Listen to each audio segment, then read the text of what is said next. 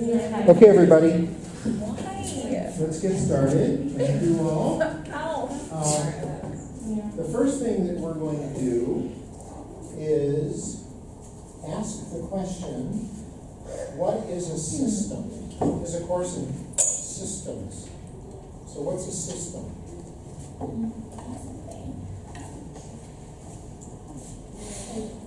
What's a system? Interrelated elements that make up a whole. Okay, so there are elements to a system, they're interrelated, and they make a whole. It's all accurate. They Right? serve a certain purpose or to solve a certain problem. They serve a purpose, They they affect solve a each other, problem. the factors affect each other. They have feedback over each other to either make it better or worse. Right, so systems have feedback. In a system, they try to maintain some sort of homeostasis. Hemostasis, or homeostasis. Homeostasis. Homeostasis, so that it is stable, so that external factors can't really disturb that system. Right, okay, try to make it stable. Let's actually read the key elements here. A system is organized, purposeful, it has a structure, regarded as a whole, you've all said this already, largely, consisting of interrelated and interdependent elements, components, entities, factors, members, parts. These elements continually influence one another, directly or indirectly, to maintain their activity and the existence of the system, in order to achieve the common purpose of the goal. All systems have inputs, outputs, feedback mechanisms. They maintain an internal steady state called homeostasis, despite a changing external environment. They display properties that are peculiar to the whole, but are not possessed by any of the individual elements, and have boundaries that are usually defined by the system observer. This definition, incidentally, is one of the documents that I sent to you by email, okay? I've extracted it, it's a little bit longer, but this is the essence of it. So, Shali was telling us how challenging it is to run a system, because he's involved, I guess, at Rambam with running a system, and how, if a system is designed to be stable, homeostatic, how do you, despite changing external environments, how do you change it? Because systems are never stable, and they shouldn't stay the same, right? So it's a challenge, if you will. Okay? What do you mean by properties that are peculiar to the whole?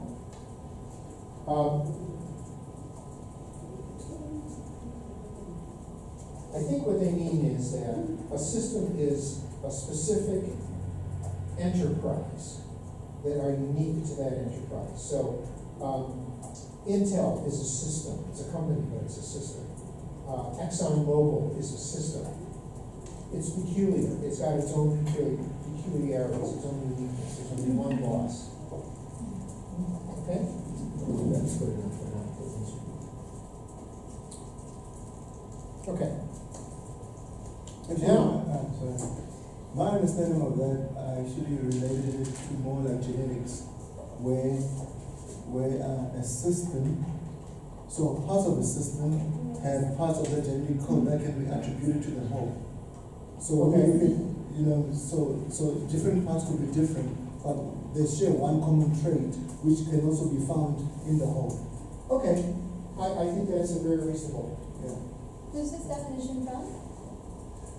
It's called the Business Dictionary. Oh, okay. Okay, so I just found it online, and it's, if you look in the file, I'm pretty sure it's one of the attachments I sent you. I think it's called Business Dictionary. Okay, now let's go back. So we've defined a system. What's a medical care system? Lynn? I think it's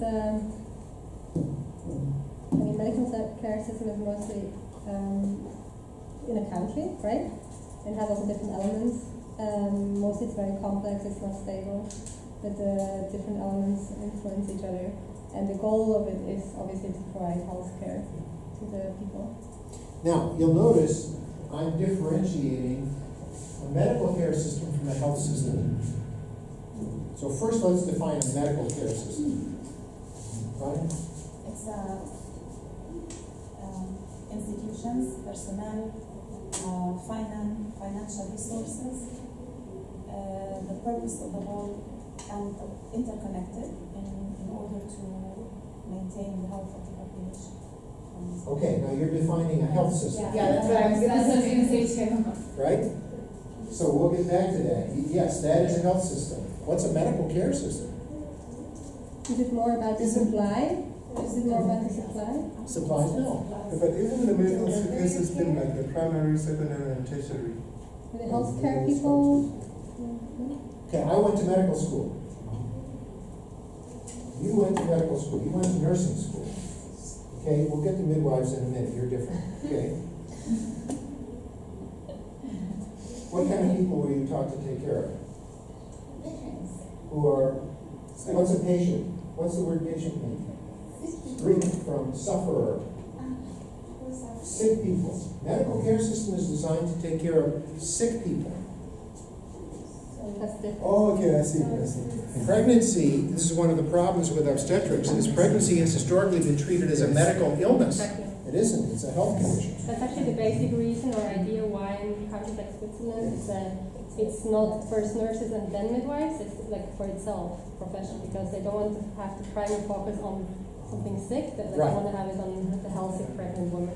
Okay? So So medical the care for different sick thing, so the people. medical care system could just be focused on the curative part, and then the healthcare system includes the The preventative. Yes. prevention and the services. And like, services. Pregnant women, like. Right, okay? So a healthcare system philosophically is designed to keep people healthy. A medical care system is designed to take care of sick people.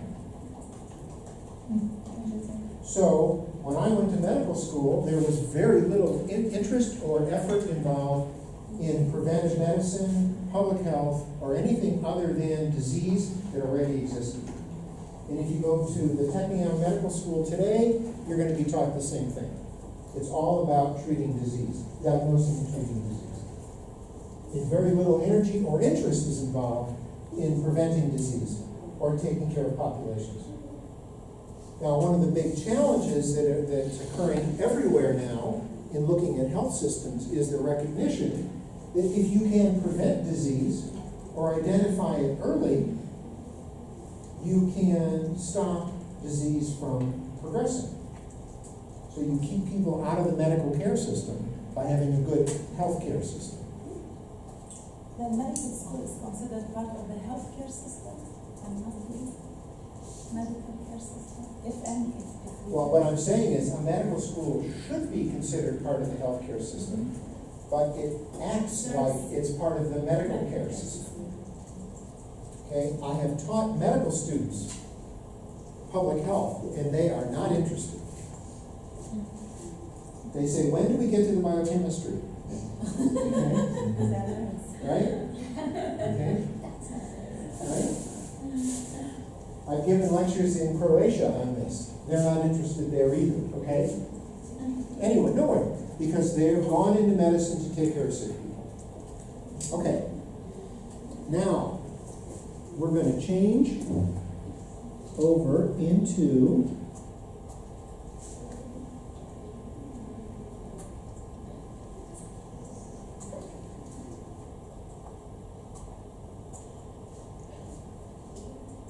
we're going to try.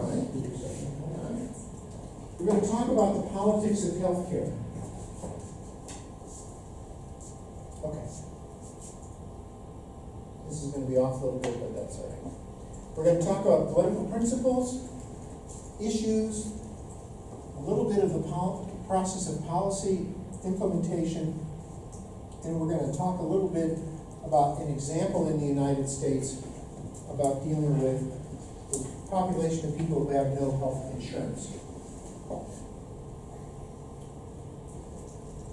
This slide is probably the most important one of the day today. We're going to complete it in just a couple of minutes, but this is the thing you want to learn and understand. Okay? Because this defines political philosophy. And political philosophy defines politics, which defines policy, which defines implementation, which defines the system. Okay? And as far as I'm concerned, these three things define it. Now let's first of all talk about left and right. So when someone is left wing, what does that mean? Conservative. Liberal. Oh, sorry, liberal. No, the right wing is Liberal. Left wing is liberal, right wing is Conservative. conservative. How do we come up with this left and right business? It turns out that as they started democracies in Western Europe, and I can't remember whether it's France or the UK, I think the UK, the conservatives sat on one side of the room and the liberals sat on the other side of the room in their parliaments. It's where they sit in parliament. Where they sit in parliament. And so in the United States, in Congress, the liberals sit on the left side of the room and the conservatives sit on the right side of the room. I'm not sure if that's which direction you're looking for. Okay, it doesn't matter. That's the origin of left and right. Okay? So if you talk about the left, you're talking about liberals. You talk about the right, you're talking about conservatives. Okay? So from a left liberal perspective, what is the role of government in a society? What is the role of government in your life, in the life of your family? Take care of you. little interference. Little interference. As possible. From the left, No, that's right. a lot of interference. Wait a minute. Liberal? Yeah. Yes. Government, from a liberal's perspective, government has a responsibility to serve you. Yes, yes. So have a Yes, quality of yes. God, not the opposite, I mean, in a positive way. In a positive way. Yes. To improve the life. I guess this, but I have Kingdom, I had the same issue because like this, for me it's very American, different, like left liberal, but then we had like this liberalistic views, which is more for the, like, it's very confusing. There's this liberal term. and there's libertarian. Libertarian, yes. So it's very confusing for me also that left is liberal because from where I come from, the ones, if you translate liberal, it's more the ones which are more for economy and rather on the right side. So this is, I think, it's very for America, for the States, liberal is left. But I think that's something I really need to. Okay, so you It's not want to every country understand like this. the concepts, not the terms. Yeah. Terms aren't as important, although internationally, left and right are very commonly understood. Right, but the Okay? words. Liberal and conservative may, right. Yes. Okay? Right, in Western Europe, you have things like the Christian Democrats. Well, who are they? Mhm. You can't tell what a Christian Democrat is by the title. Mhm. Okay? All right, now.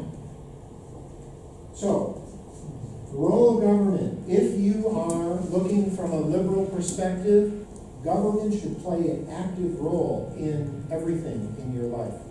It should take care of you. It should help you. It should serve you. Okay? Because you're all in public health, you all believe that government should serve. Defines you as a liberal, whether you know it or not. Maybe not all of you, but most of you have that belief. Because why would you be in public health otherwise? Okay? Now, let's look at it from the right.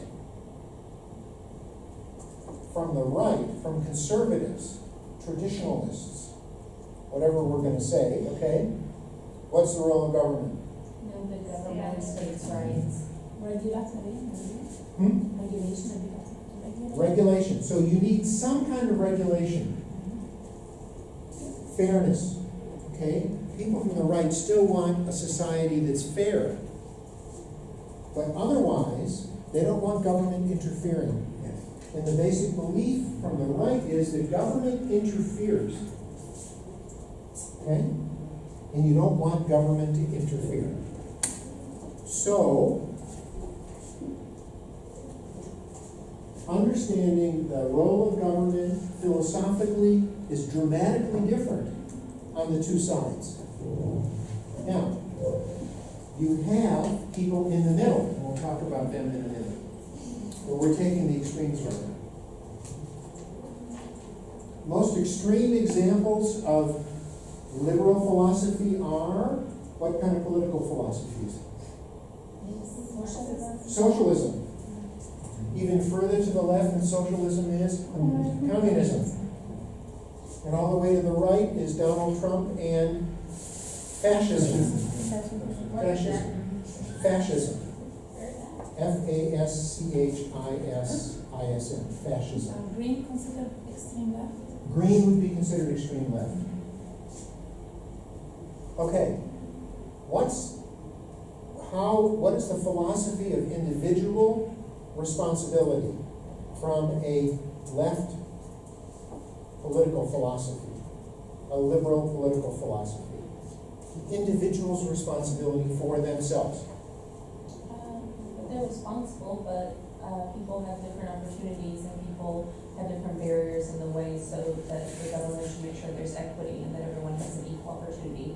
But still, it's your responsibility, but we recognize that there's things. Egalitarian? To be productive? Is it egalitarian?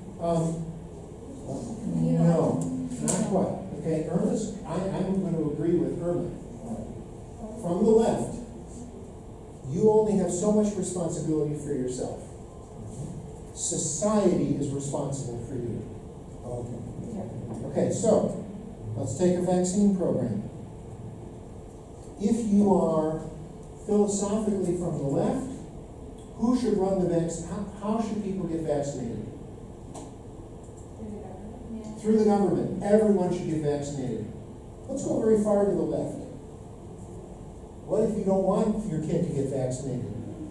You get penalties. You do it. You get it anyway because it serves the good of the people. Okay? Let's go to the right. What's the role of individual responsibility? It's actually a very high value for the right. It's like they cherish the individual responsibility, and they say it's your individual responsibility to be successful and to get your treatment, to get medical care, and to pay for it. Exactly. Okay? So individual responsibility is really important to people from the right. So if you choose not to get vaccinated, that's your choice. And if you or your child gets sick, gets measles as a consequence, you live with those decisions. I think that there are high expectations from the right side. I mean, they are very conservative when it comes to people to choose their own, Yeah. choices. Okay, so now let's look at poverty. You're a poor person. Why? From the left and from the right. From the left, why are you poor? Because there's a causal pathway that involves the whole system that leads you to where you are. There are a lot of complex issues that Cycle of poverty. generational poverty, Right. racism. You have been brought into certain circumstances that you can't control that have made you poor. From the right, why are you poor? Because you don't work hard enough. You haven't worked hard enough. Okay? Right? Reminds me. Keep it. Now, let's talk about religion for a minute, which is very dangerous. You should never talk about religion, but I'm going to do it for a minute, okay? In the United States, we have many people who are Protestant. Who's Protestant? Anybody? Nobody. That's easy, okay? You're Catholic? I used to be. Okay. What is the Protestant ethic? Protestant ethic. Not a term I made up. Yep, go ahead. Hard work. You work hard and you are rewarded. Martin Luther, Western Europe, the United States. The harder you work, the more rewarded you are. It's a basic principle of capitalism. Okay, is that a good idea?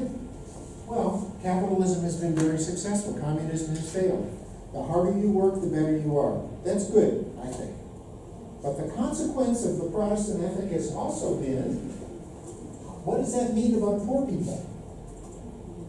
That there's a stigma associated with poverty that's misguided Why are they poor? from the right. From the right, because they are working hard enough. because they haven't worked hard enough, okay? And because individual responsibility is a big thing, they just haven't bothered. They're poor and they deserve to be poor. Now, again, I'm being extreme here, right?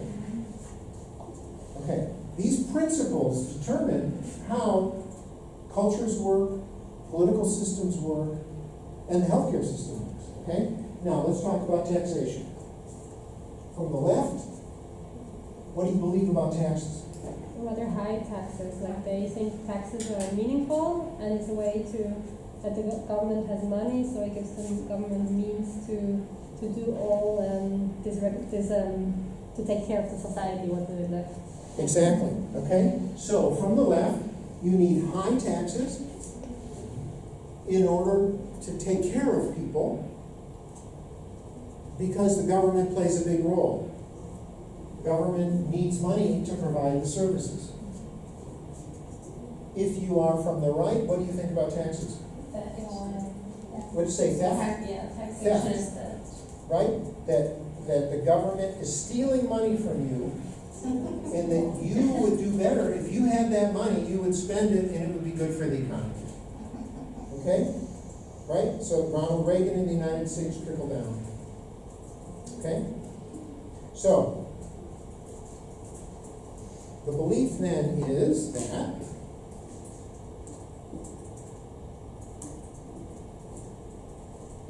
there you are. Okay? Role of government, individual responsibility and taxes. All makes sense. Right?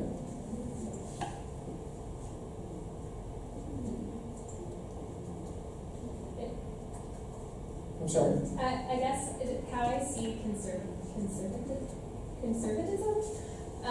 is that, and especially now in modern society, it doesn't seem based in reality. Like maybe if we were all on an equal playing field and we all had like a tract of land and we lived in utopia, yeah, it would be great to have all these freedoms and not pay taxes, but society is so much more complex. Okay, so I'm an American.